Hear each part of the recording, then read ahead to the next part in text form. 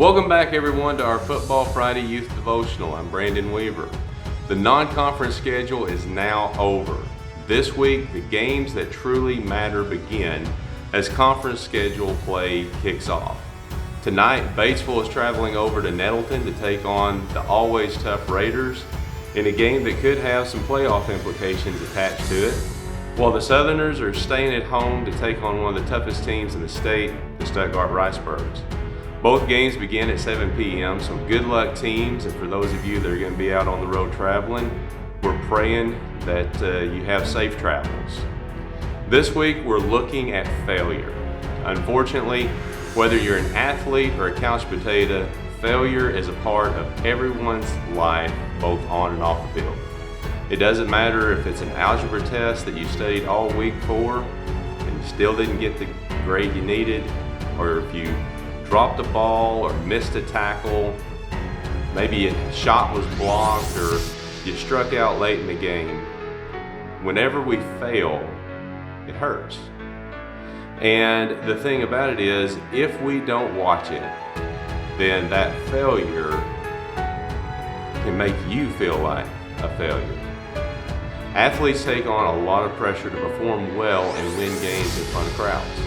Sometimes those crowds are made up of only their parents, while other times it can be an entire community. And for some, depending on how big those stakes are, the whole world could be watching. For me, I had my first taste of what failure was as a football player in 9th grade. It was a varsity game at home against Wynn. And to that point, we had only lost one game for the year. And when the schedule came out, this game against Wynn was one of those that we had circled because it was just a big game. It always was. So skipping ahead, it's late in the fourth quarter. We're trailing by less than a touchdown and have the ball with less than a minute to go. We've driven down the field and we've gotten down to around Wynn's 35-yard line. But it's fourth down. We've run the ball well all night, but without any timeouts and just a few seconds left on the clock, we're really between a rock and a hard place. So taking all of that into consideration, our coach called for a passing play. And when we snapped the ball, Wynn decided to come with a heavy blitz. And unfortunately for me, it was on my side.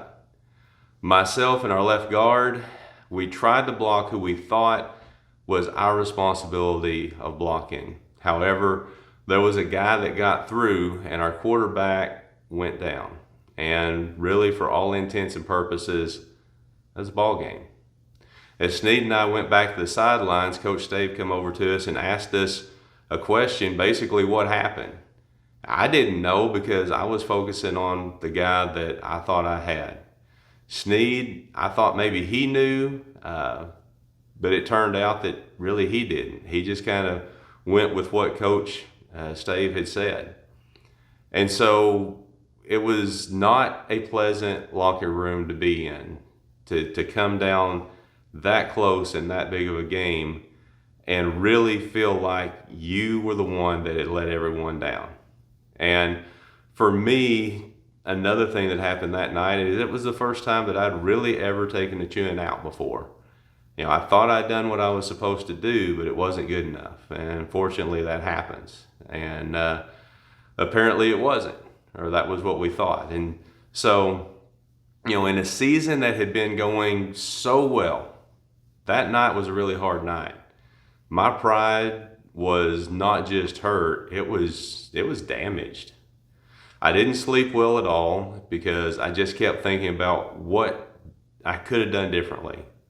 And that's what you do when you're out on the field and something like that happens. Whenever you go home, the bigger the game especially, but you think about what could I have done differently to got a different outcome. Maybe we could have won the game if I'd have done this or if I'd have done that. But I didn't. And the result of the game didn't change. It was so bad, I really did not want to go to school the next day because I truly felt like a failure. I mean, that's sad to say whenever you're a junior high kid, but I mean, that's where I was at. And that's kind of the way I've always been, is I have always took losses and things that didn't go well or didn't go right. I have always took them hard. And I especially took this one hard. But it was rough. It was rough. But what's that got to do with, anything from the Bible? The thing is that all throughout the Bible, guys, you're going to see people that thought they were failures, or they just simply had not had much success in their life, or even when they had done great things for God that they were successful at, there was still a failure or a setback that came along. One of the most famous ones that we're going to look at today is Peter. Peter, is the disciple that showed great boldness in proclaiming who Jesus is and was, yet he also had this tendency to stick his foot in his mouth, including at the Last Supper. Jesus was telling everyone that was there that his time was soon to come up, that he knew that he was about to be arrested, which was ultimately going to result in the loss of his life. And in Matthew chapter 26 through 33 through 34, we see this account between Peter and Jesus, where Peter sticks his foot in his mouth. Peter replied, "Even if all fall away on account of you, I never will."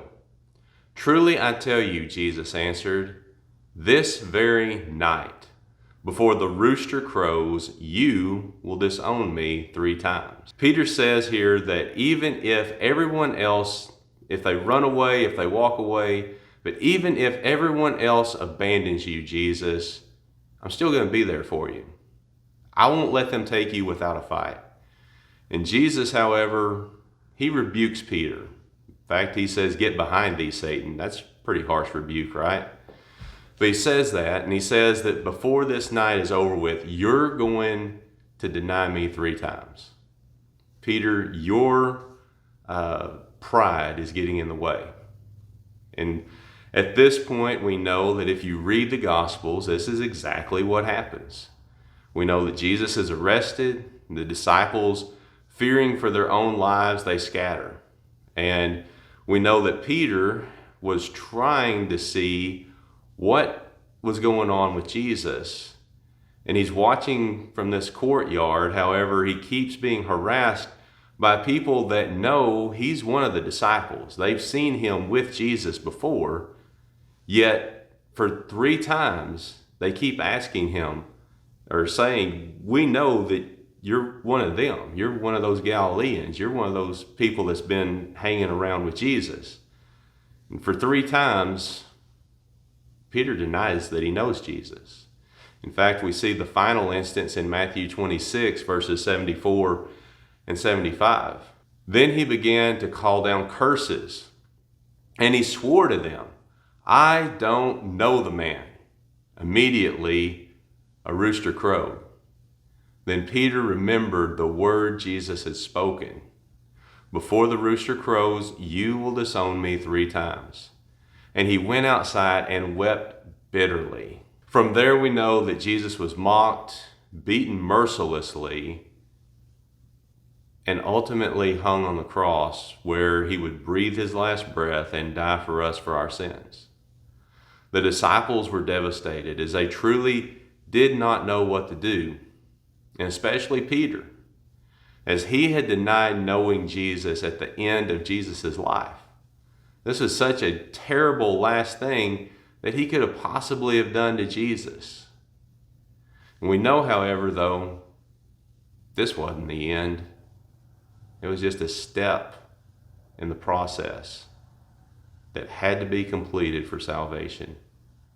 We know that the Father raised Jesus from the dead. We see that in John chapter 20.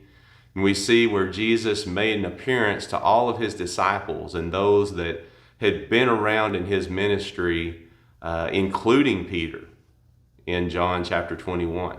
And we see in John 21, 15 and 17, this conversation where Jesus reinstates Peter after this epic failure on Peter's part. When they had finished eating, Jesus said to Simon Peter, "Simon, son of John, do you love me more than these?" "Yes, Lord," he said. "You know that I love you." Jesus said, "Feed my lambs." Again, Jesus said, "Simon, son of John, do you love me?" He answered, "Yes, Lord, you know that I love you." Jesus said, "Take care of my sheep." The third time, he said to him, "Simon, son of John, do you love me?" Peter was hurt because Jesus asked him the third time, "Do you love me?" He said, "Lord, you know all things. You know that I love you." Jesus said, "Feed my sheep." There's this beautiful poetry here of where Jesus, having known that Peter denied him 3 times, comes back and to reinstate him, asks him 3 times, "Do you love me?" He wants Peter to understand just what Peter really knows. What he knows in his heart to be true, and to understand that God's called him to something great. He wants to get the point across to Peter that, Peter, you're not through in ministry. In fact, he's going to make it so clear that what he had told him in Matthew chapter 16 and verse 18 was still the plan for Peter's life. That Jesus would build his church with Peter being the rock that he had been speaking of there. Peter went from his pride being decimated and feeling like that he was just the lowest of the low and a complete failure to God, to realizing God still had a purpose for him. Peter was no failure. The same thing is true for us in our Christian walk in faith. There's going to be times where we fail. Sin is going to be a part of that life where we're just constantly battling it, and there's going to be times when we let our guard down and we sin and we feel like we've just complete failures. And the thing is, Satan's going to pounce on that because it's what he does. Satan's the great accuser, according to Revelation chapter 12 and verse 10. And he is always going to be there to try and convince you that you are just some sort of worthless sinner, that you have nothing to offer anyone, especially God.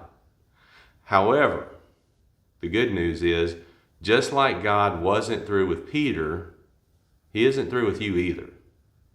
And what we need from God is that when our pride is hurt and we feel discouraged and we feel like we're a failure, we need to go to Jesus and we need to let him encourage us by taking his encouraging hand of grace and letting him lift us up, dust us off, and set us back on his way for our lives. Join us this Sunday at 9 o'clock as we look more into Peter's failure and how God used him to build and do great things for God and his kingdom. Remember, the Teen Kids and Youth Meals on Wednesday nights start at 5:30 p.m. and these meals are free to students and workers, with our youth services beginning at 6:30 p.m. If you want to eat, you've got to be here before 6:30.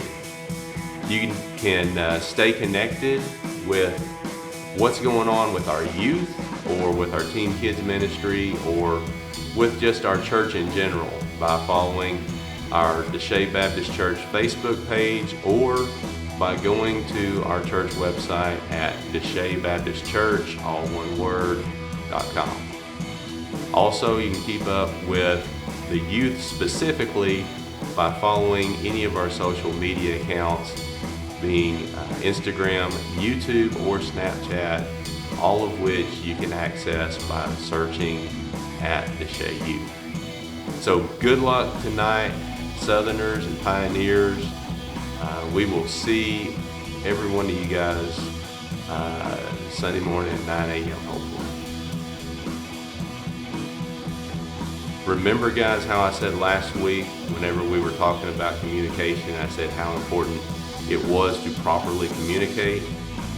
Well, in the confusion that happened at the end of the game the night before, no one really knew what had happened until after the game, whenever Coach Dave and the rest of the coaches watched the game film to see what happened on that last play, because it was just so out of character for myself or Sneed or for any of our guys to miss blocks, especially that badly. And what we figured out was Wynn just sent an overload blitz. It happened so fast, we weren't ready for it. And because of that, it wasn't my fault. It wasn't Sneed's fault. It was just a really good football play by Wynn.